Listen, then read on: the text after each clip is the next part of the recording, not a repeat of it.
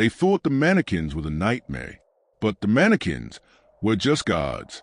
What lay beyond the shifting stone wall was far worse, an underground facility pulsing with machines that should not exist, screens glowing with images of their past lives, and recordings of moments no one remembered living. It wasn't just about what Hills Valley had lost. It was about who had been watching them the entire time. The wall opened fully, revealing a staircase spiraling into darkness. Families hesitated, clutching each other tightly. Theo led the way, lantern shaking in his hand. Behind him, Sabina Rollins whispered prayers, her daughter gripping her waist. Others followed reluctantly, every step echoing with dread. At the bottom lay a metallic hallway, cold and sterile, lit by a dull, pulsating glow. Strange wires snaked across the ceiling, buzzing faintly, as if alive. The children began to cry, their parents shushing them softly, though their own voices trembled with fear. And then they saw it, rows of massive screens flickering with grainy images, not of the present, but of their lives during the missing decade. Birthdays they never celebrated, funerals they never attended, weddings that never happened. The lives they should have lived had been recorded, every moment, by something or someone.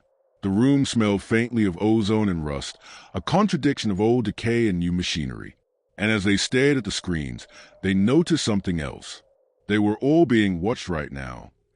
A mother gasped as she saw herself on one of the screens, holding a baby she had never known. Her husband stepped closer, his face pale. "That's our son." "But we don't have a son," she whispered, tears falling. Another family saw a video of their father returning from war, alive and well. But in reality, he had died before the lost decade even began. Children pressed against their parents, confused. Parents sobbed, realizing their grief and joys had been rewritten. One old man, trembling, fell to his knees, staring at a screen that showed him dancing with his wife, 10 years younger, laughing, vibrant. She had died years ago. His voice cracked as he whispered, They stole her from me twice." The chamber filled with sobs. Families embraced, not knowing what was real anymore, but determined to cling to each other because that was the only truth left. The townsfolk pressed deeper into the facility. The further they went, the stranger it became. Glass pods lined the walls, each one fogged, wires feeding into them. Inside, shadows moved. A father wiped at one pod, his heart hammering. The condensation cleared, and there, floating inside, was his brother. Oh, a copy of him, eyes closed, breathing, waiting. "They are cloning us," someone whispered. But then the machines around them flickered to life. A mechanical hum filled the air. Lights blinked on, one by one, illuminating the pods. Inside every pod was a familiar face. Husbands, wives, children, entire families replicated. The missing decade wasn't erased. It was harvested. Panic tore through the townsfolk. Mothers screamed. Fathers slammed their fists against the pods, desperate to wake their loved ones. Whether real or copy, it didn't matter. A boy cried out, pointing to one pod. "That's me. That's me inside." His mother collapsed, clutching him. How could she know which was her real son?